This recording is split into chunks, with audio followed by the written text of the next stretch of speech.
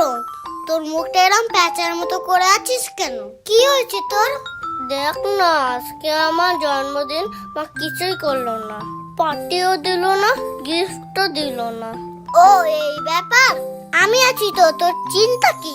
দাদা, তোর জন্য আমি বিরাট বড় গিফট আনছি। শুধু যাবো আর আসবো, নিশ্চয়ই কোনো বড় গিফট আনবে। এই নে তোর হ্যাপি বার্থডে গিফট। বাবান, এটা সত্যিকারে? হ্যাঁ, এটা সত্যিকারেরই তো। প্রতিদিন জল দিবি, দেখবি পৃথিবীর থেকেও বড় হয়ে গেছে। ফোরন, থ্যাংক ইউ বলো বাবানকে। Thank you Baban. বাবান, তোর মাথায় এত ভালো আইডিয়া আসলো কি করে? আমি তো স্কুল থেকেই শিখেছি। তুই এই কাগজগুলো দিয়ে কি করছিস? দেখ না, খেলনা বানাবো ভাবছি, কিন্তু বানাতেই পারছি না। কই দে দেখি আমি পারি কিনা। নৌকা, দারুণ তো। এটা দিয়েও কিছু একটা বানা।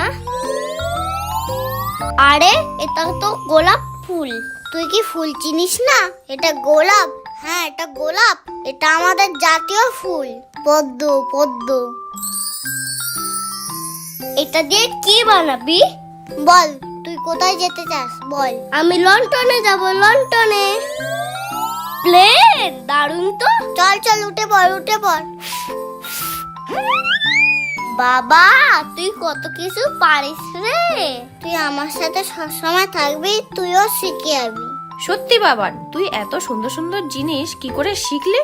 কেন, আমার স্কুলেই তো সব শেখায়। বাবান, তুই এখানে আর আমি সারা জায়গায় খুঁজছি। চল বাড়ি চল। ও দিদি শোনেন, তা বাবান তো দেখছি ক্লাসে অনেক কিছুই শিখেছে, তাও কোন স্কুলে পড়ে বলুন তো?